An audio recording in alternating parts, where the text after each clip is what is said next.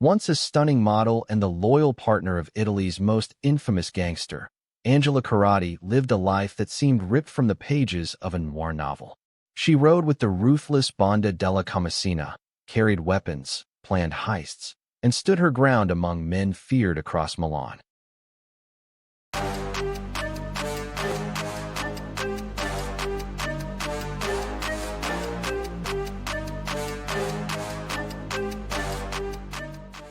Angela Corradi's life unfolded like an intricate tapestry woven from the darkest and brightest threads of human experience, a journey that defied conventions and expectations, drawing her from the shadowy underworld of Milan's criminal elite into the luminous embrace of faith and redemption.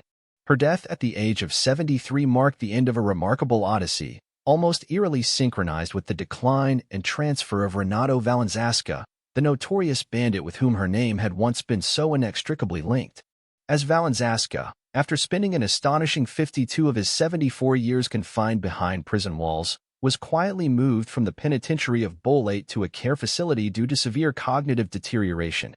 Angela's own earthly chapter quietly closed, her funeral held in the modest yet solemn church of Santa Giustina in Affori. There, under the ancient arches and the warm glow of flickering candles, mourners gathered to bid farewell not merely to a woman, but to a living paradox. A figure who had once danced on the edge of lawlessness before surrendering herself to the serenity of a spiritual calling. Born into the vibrant yet precarious world of a circus family in the fractured neighborhood of Affori, Angela's early years were steeped in a heady mixture of adventure and instability. The clang of metal, the scent of sawdust, the cries of animals and performers formed the backdrop of her childhood, where every day carried both marvel and danger. In this environment, Angela learned to balance on life's tightrope, oscillating between innocence and the temptation of rebellion. Her striking beauty, sharp wit, and magnetic charisma soon opened doors beyond the circus tents, leading her first to the dazzling but fleeting realm of modeling. Yet the allure of fashion and fleeting fame proved insufficient for the restless fire burning within her. Somewhere between the camera flashes and fashion runways, she felt an irresistible pull toward the forbidden, the thrilling, the dangerous. It was this yearning that eventually guided her into the orbit of Milan's criminal underbelly, drawing her into the notorious bandit della Kamicina. Angela was no passive consort. She became a formidable presence among men who prided themselves on toughness and bravado. Newspapers labeled her the doll of Valenzasca's gang, but within the group she was far more than a mere adornment. To Valenzasca, the infamous bandit known for his reckless charm and audacious heists, Angela was a trusted sister figure, a steadfast lieutenant whose loyalty never wavered even in the face of betrayal or violence. For others, like Vito Pesci, she embodied companionship wrapped in danger, a woman whose beauty concealed a steely resolve. Her rebellious spirit manifested itself not only in her choices but etched permanently on her skin, an emblematic swastika inked across her back, a symbol both provocative and defiant, accompanied by a bold tattoo of an N entwined with a cross on her finger. These were not mere decorations, they were declarations, statements of identity forged in a crucible of defiance against authority, society, and perhaps even herself. As Valenzasca and his crew clashed with rival figures like Francis Turratello and Epaminonda the Theban, Angela carved her place within the ranks, stepping into the void as the sole woman among a cadre of Milan's most notorious robbers of the 70s. To the outside world, she was a captivating enigma, beautiful, intelligent, witty, a force of nature capable of charming allies and intimidating foes in equal measure. Valenzasca once described her as a woman so exhilarating that even the toughest men dared not contradict her when her fiery determination surfaced. She possessed a sweetness that could melt the hardest hearts, yet beneath that softness lay an unyielding strength, a razor-sharp will that made her indispensable in a world where weakness meant destruction. And yet, amid the adrenaline-fueled chaos of robberies, gunfights, and constant brushes with death, a profound transformation awaited Angela Corradi, one she neither anticipated nor sought. It arrived unbidden, an inexplicable encounter that defied the laws of the material world. As she recounted years later, standing before a rapt audience at the meeting of Communion and Liberation in Rimini in 1983, the voice of the divine came to her, not in a vision or an apparition, but as an overwhelming presence. A voice so undeniable that she knew, without doubt or explanation, that it was God. At that moment, she had been armed, poised to leave her home with murder in her plans, consumed by violent intentions. Yet something pierced through that darkness, something absolute and ineffable, halting her mid-step and turning her gaze inward. That singular encounter became the fulcrum upon which her life pivoted. From that moment, the trajectory of her days shifted irrevocably, guiding her away from the pursuit of power and vengeance toward a path of compassion and service. She redirected her formidable energies toward those society had cast aside: the drug-addicted, the marginalized, the incarcerated. Her dedication to prison ministry spoke louder than any criminal dossier or newspaper headline ever could. She ventured into the same grim corridors of incarceration where she had once languished, now not as a prisoner but as a bearer of hope, her mission to remind the forgotten of their intrinsic worth. Speaking from the same stage in Rimini, her words carried the weight of hard-earned wisdom. She reflected on the paradox of prison, asserting that to call it hell was an oversimplification. Paradoxically, she argued, it was a place closest to hope precisely because it stripped a person bare, leaving nothing but the raw, urgent question of one's own humanity. Prison, she said, reduced a man to the skeletal essence of dignity, exposed and defenseless yet still clinging to a spark of possibility. Angela had spent 5 years confined within the forbidding walls of San Vittore, years that left her empty, arid, and lost. And yet, those same barren years prepared the ground for an inner awakening, a rebirth forged in solitude and suffering. Journalist Piero Calaprico delved deeper into the context of Angela's improbable arc, painting a vivid portrait of Milan in the turbulent 1970s. It was a city simmering with political violence, shadowed by the specter of the years of Lead, where extremist factions sowed chaos and fear. In that combustible atmosphere, the arrest of mafia boss Luciano Liggio on Via Ripamonti in 1974 had shaken the underworld, while figures like Francesco Tiratello, nicknamed Francis Angel Face, ascended to the heights of Milan's criminal hierarchy, wielding influence in the murky spaces between crime and politics. Against this volatile backdrop, Angela Corradi emerged, a young woman barely out of adolescence, choosing to stand defiantly on the side of outlaws. Waging a personal rebellion not only against state authority but perhaps also against the constraints of her own origins. Her life, therefore, was not a simple tale of crime and punishment, but a labyrinthine journey through extremes, from the roaring chaos of the gang's escapades to the hushed reverence of convent chapels, from tattoos of defiance to prayers whispered in the dark. Angela Corradi's story reminds us that the line between sin and sanctity is not always a chasm but sometimes a fragile thread, capable of being crossed by a single, mysterious whisper that echoes louder than all the sirens and gunshots of the world.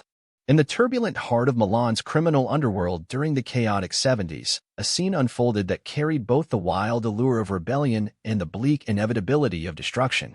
Among the figures who emerged from the shadowy landscape was Angela Corradi, a woman whose life became inseparable from the mythos of the infamous Kamicina gang, the band of outlaws that sought to carve their legend into the city's restless nights.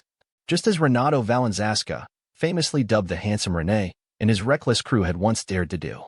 Yet, while Valenzasa and his wild bunch dominated headlines, Angela's story unfolded in quieter corners, away from the immediate epicenter of Kamicina itself.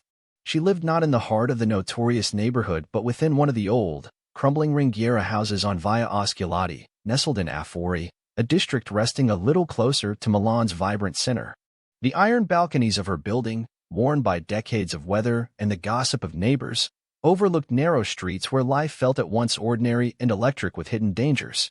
Not far away, along the same arterial stretch of road on Via Imbinati, resided Antonio Collia, better known among the underworld as Pinella or Jolly, the calculating mind of the group. The one whose cunning and foresight gave the gang its backbone amidst chaos. Their circle, stitched together by loyalty and shared defiance, could not be imagined without the presence of Rossano Coaches, called Nanu, an ex-paratrooper from the Falgore division, whose military precision and brute strength lent the gang an edge in their lawless endeavors. Alongside him stood a motley collection of other gangsters, each adding their own unpredictable streak to the volatile mix: the youthful, fiery Tino Stefanini and the somewhat older yet no less dangerous Vito Pesci, a man whose name carried a dark reputation across Milan's tangled streets. Among them all, Valenzasca loomed as the most glamorous, his roguish charm masking the ruthless steel beneath, a figure both admired and feared, a man who seemed born to straddle the fine line between folklore and infamy. The gang, with their adrenaline-fueled lives, their nights awash in drugs and daring, had sworn themselves to the relentless pursuit of bank robberies and postal heists, acts carried out with raw instinct rather than meticulous planning. There was no elaborate structure, no hierarchy drawn up in cold boardrooms. As Coaches once candidly recounted to a journalist, they simply cruised the city streets in search of an opportunity. When they spotted a promising branch, they stormed in, weapons drawn, adrenaline surging. It was chaos in motion, guided by an unspoken rhythm among them.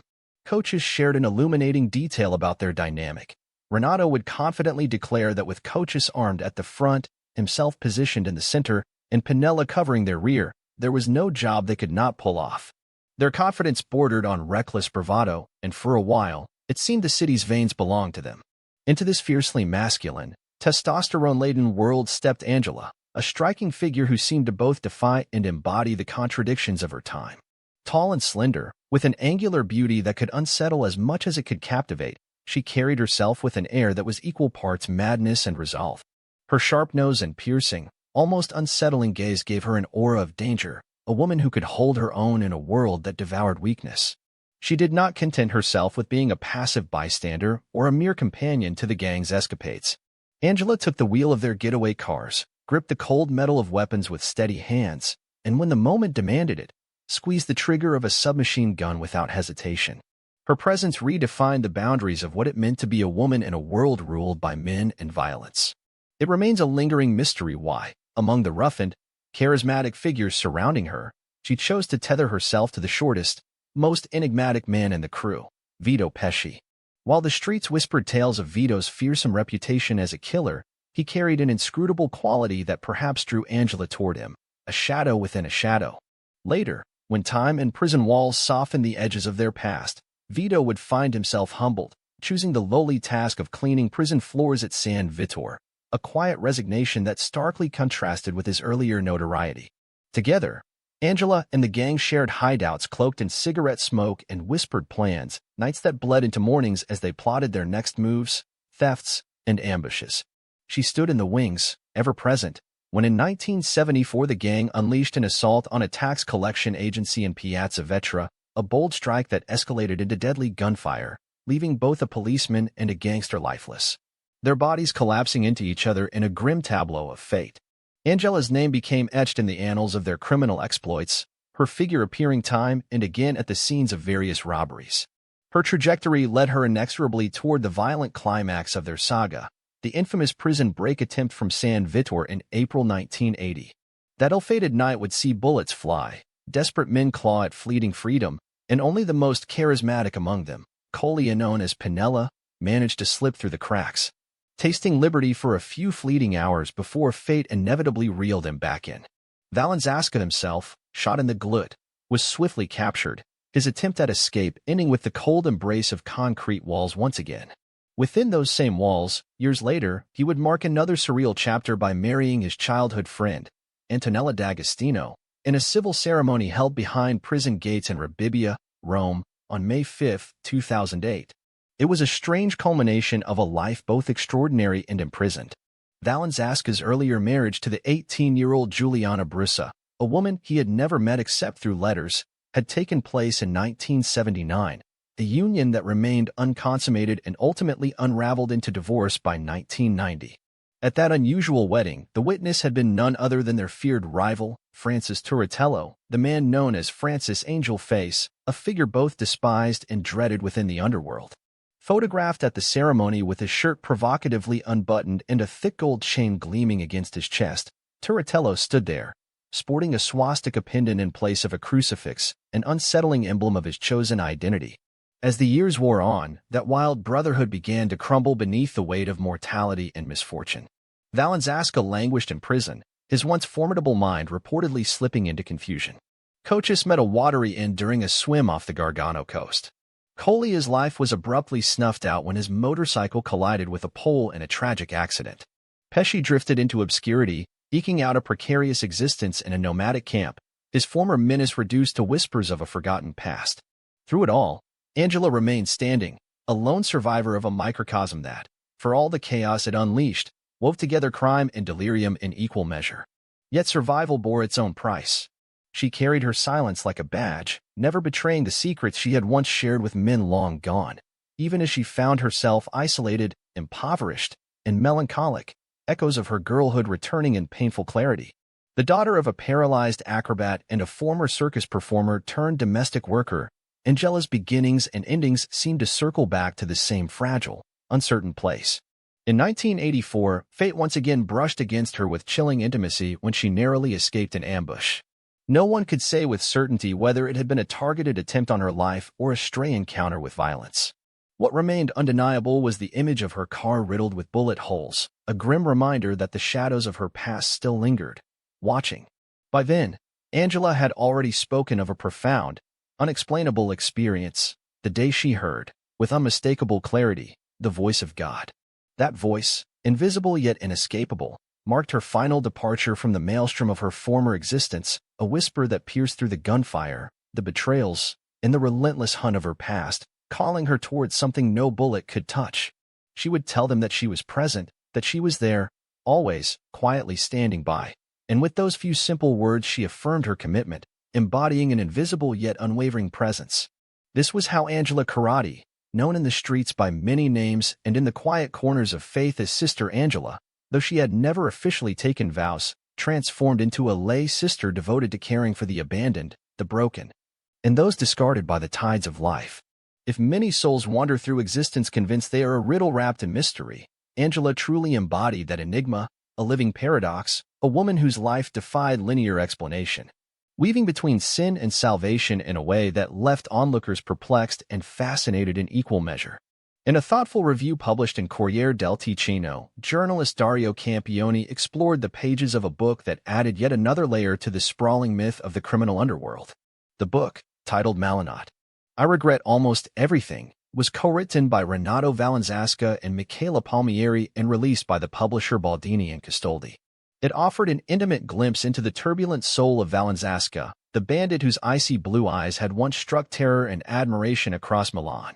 He had been, in his prime, one of the most violent and compelling figures to emerge from the criminal underbelly of the city during the explosive decade of the 70s. His escapades inspired not only newspaper headlines but also books, films, and television series, each dramatizing his bloody exploits and his daring, almost surreal prison escapes that ultimately led him to accumulate 4 life sentences. Yet now, after years that seemed pulled from the pages of an epic tragedy, Valenzasa faced what was perhaps the most grueling and humbling battle of his existence. At 74 years old, having spent a staggering 52 of those years confined within the unforgiving embrace of prison walls, Valenzasa no longer possessed the clarity or strength to fully comprehend the world around him. He drifted in and out of awareness, trapped in the fog of a devastating neurodegenerative illness that gradually eroded his grip on reality, leaving him exhausted and bewildered. His once formidable presence, the sharp mind and magnetic charisma that had made him both a feared adversary and an unlikely folk hero, was fading into the shadows of confusion and frailty. Even earlier, in the month of June, a crucial decision had been made by Giovanna Di Rosa, the presiding judge of the Milan Supervisory Court. In light of his rapidly declining health, she had revoked the ban on partial freedom that had been reaffirmed as recently as 2011, the very day that Valenzasa's 94-year-old mother had passed away. She had died deeply devoted to her son, a woman who had even penned a heartfelt letter to President Napolitano, pleading for clemency on his behalf. Despite her efforts, the walls had remained, the sentences held firm. But now, as time and illness pressed their relentless weight upon him, the court had no choice but to reconsider his fate once again. It was thus that the same tribunal deliberated the request to transfer Valenzasa from the confines of prison to the more compassionate setting of an assisted living healthcare residence, where his deteriorating condition could be managed with dignity. The psychiatric clinic's report, submitted at the beginning of September as part of the Prison Medical Services assessment, laid bare a harsh and unflinching portrait. The figure of Valenzasa, once carefully curated and even mythologized by himself throughout his record-breaking incarceration, now bore little resemblance to the person he had become. The myth had begun to unravel, leaving behind an aging man whose struggles mirrored those of countless others facing the cruel descent of cognitive decline.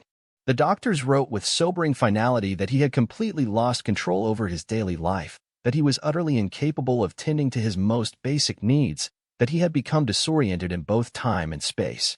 At intervals, they observed, a quiet suffering would emerge, as though some part of him were still painfully aware of his inability to articulate the thoughts swirling within his mind. And now, they noted, The signs of profound physical and mental exhaustion had become plainly visible, marking the inexorable march of his decline. He was, by every clinical measure, a man who had reached the end of his long, tumultuous road. Yet paradoxically, the legend of Valenzasca endured, stubborn and unyielding, an indestructible thread woven into the cultural fabric of a city fascinated by its own dark heroes. For some, the myth still shimmered with an unsettling allure, sustained by a kind of secular hagiography of men with machine guns, stories that celebrated their daring while often omitting the brutal reality, the shattered lives. The victims whose pain never found its place in the narrative. It had been rightly pointed out that the 1970s in Milan were not the romantic era of an underworld governed by honor codes and gentlemen's rules. They were, instead, years steeped in senseless bloodshed, a time when gunfire erupted without warning, when people died for reasons as fleeting as a whispered insult or a poorly timed glance. Amid the fleeting moments of clarity that his illness still allowed, Valenzasca revisited fragments of his past with journalist Michela Palmieri from Rise TG1. From those conversations emerged a memoir unlike the others that had chronicled his life before. The book carried a different tone, flowing more as a stream of reflections than a collection of war stories. It held no hint of self-glorification, no attempt to polish the image of the outlaw. Instead, it bore the quiet resignation of a man gazing back at his own wreckage. Valenzasca, his voice tempered by weariness, admitted that history spoke for itself. He confessed that he had understood nothing, that he had always gambled, not with cards or in smoky gambling dens he had instinctively avoided, but with something far more dangerous. He had gambled with his very life, and in the end, he acknowledged, he had lost. The title of the memoir, Malinot, accompanied by the poignant subtitle I Regret Almost Everything, encapsulated the depth of that confession.